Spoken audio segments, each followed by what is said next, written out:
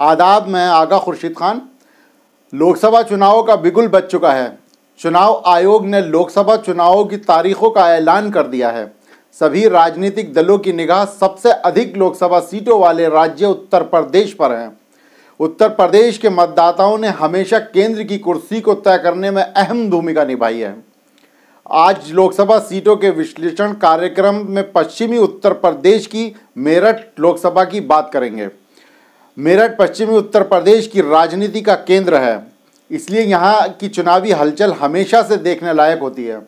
जिस प्रकार उत्तर प्रदेश केंद्र की कुर्सी के लिए बहुत अहम है, इस प्रकार मेरठ से पश्चिमी उत्तर प्रदेश के दरवाजे खुलते हैं। पश्चिमी यूपी की राजनीति का केंद्र बिंदु मेरठ दिल्ली से नज़दीक है। यहाँ की राजनीतिक समीकरण आसपास की सीटों को भी प्रभावित करते हैं, इसलिए राजनीतिक दल मेरठ से ही पश्चिमी उत्तर प्रदेश को साधने का प्रयास करते हैं। मेरठ लोकसभा सीट राजनीतिक संदेश के हिसाब से अहम सीट मानी जाती है।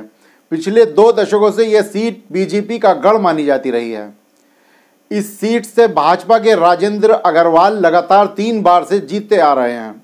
पिछले चुनाव में जयंत अखिलेश और मायावती के गठबंधन से बीएसपी के प्रत्याशी हाजी याकूब कुरैशी के साथ कांटे का मुकाबला हुआ था।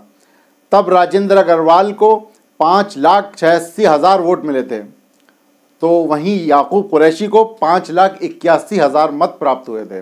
राजेंद्र अग्रवाल का हमेशा से मुकाबला बहुजन समाज पार्टी से ही रहा है। यहाँ विधानसभा की 5 सीटें हैं, जिनमें 2 पर सपा का कब्जा है। कांग्रेस और सपा के बीच गठबंधन होने से भाजपा हर कदम फूंक फूंक कर रख रही है।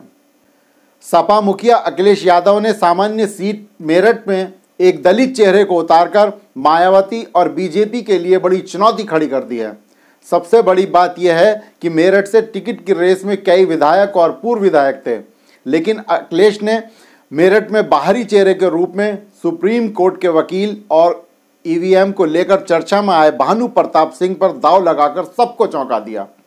अखिलेश यादव ने मेरठ की गुटबाजी देखकर बाहरी प्रत्याशी को मैदान में उतारकर कड़ा और बड़ा संदेश दिया है। पिछले दिनों मेरठ में सपा की अंदरूनी कलह किसी से छुपी नहीं रही है और उसी अंदरूनी कलह की वजह से इस सीट से सपा को हार का सामना करना पड़ा।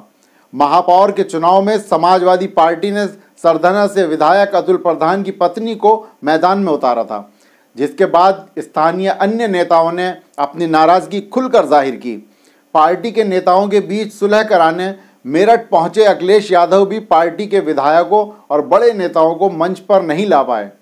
सपा विधायक हाजी रफीक अंसारी, सपा विधायक शाहिद मंसूर, पूर्व विधायक योगेश वर्मा की नाराजगी कहीं न कहीं समाजवादी पार्टी को बहुत भारी पड़ी। वहीं बात करें बहुजन समाज पार्टी की, तो मेरठ लोकसभा सीट पर बीजेपी और बसपा के बीच की लड़ाई रही। यहाँ का समीकरण हमेशा से बसपा के साथ रहा, जिसके कारण इस सीट पर लड़ाई बसपा बनाम बीजेपी की रही है। मेरठ लोकसभा सीट पर दलित और मुस्लिम मतदाताओं की संख्या लगभग 8.5 लाख बताई जा रही है। बसपा का कोर वोटर दलित भी मुस्लिमों के साथ खड़ा हो जाता है। इस समीकरण से बसपा पूर्व में लोकसभा चुनाव ही नहीं बल्कि विधानसभा चुनाव में भी परचम लहराती रही है। मुस्लिम दलित ओबीसी समीकरण ने बसपा को अयूब अंसारी, शाहिद अखलाक, सुनीता वर्मा महापौर दिए। खरकौदा, हस्तिनापुर, सरधना, सिवाल खास विधानसभा सीटों से विधायक बने। बसपा के पास पहले शाहिद अखलाक परिवार और हाजी याकूब परिवार जैसे दिग्गज मुसलमान नेता होते थे। अब बसपा से इन नेताओं ने पूरी तरह दूरी बना ली है। याकूब कुरैशी ने तो भविष्य में चुनाव न लड़ने का ऐलान भी कर दिया है। इन नेताओं का बसपा से किनारा लेने के बाद अब देवव्रत त्यागी और बिजनौर सांसद मलूक नागर का नाम चल रहा है। बीच में चर्चा रही थी कि बसपा से युवा समाज सेवी नेता बद्र अली को टिकट दिया जा सकता है। बद्र अली लंबे समय से मेरठ में समाज सेवा में सक्रिय हैं। बसपा के अलावा यहाँ से असदुद्दीन ओवैसी की AIMIM अपने पैर पसार रही है। मेयर चुनाव में जिस प्रकार AIMIM का प्रदर्शन रहा, उसके बाद लोकसभा चुनाव में उतरना लगभग तय माना जा रहा है। यहाँ से मेयर चुनाव में दूसरे नंबर पर रहे मोहम्मद अनस लोकसभा के लिए भी दावेदारी कर रहे हैं। मोहम्मद अनस की दावेदारी इंडिया गठबंधन और बसपा के लिए बेचैनी का सबब बन रहा है। वहीं इस सीट के जातीय समीकरण की बात करें तो मेरठ लोकसभा सीट पर मुस्लिम और एससी वोटर्स प्रभावी हैं। मेरठ संसदीय सीट पर मुस्लिम करीब 35%, एससी करीब 23%, जाट करीब 15%, ब्राह्मण करीब 8%।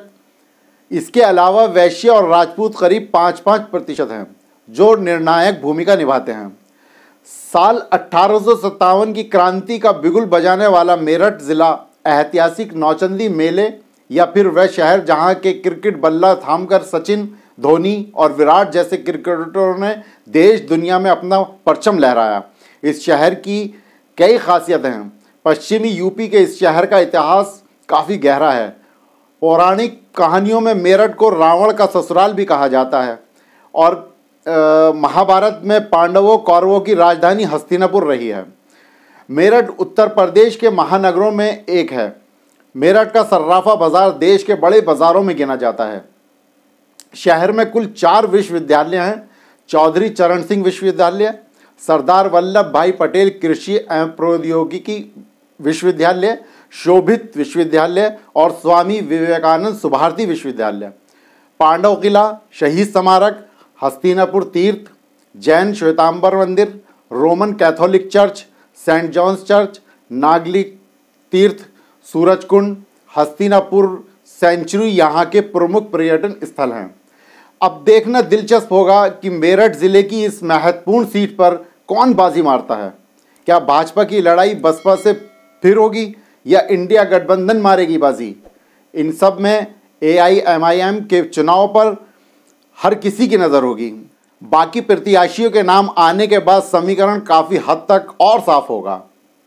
इस विश्लेषण के बारे में आपकी क्या राय है, कमेंट्स बॉक्स में ज़रूर बताइएगा।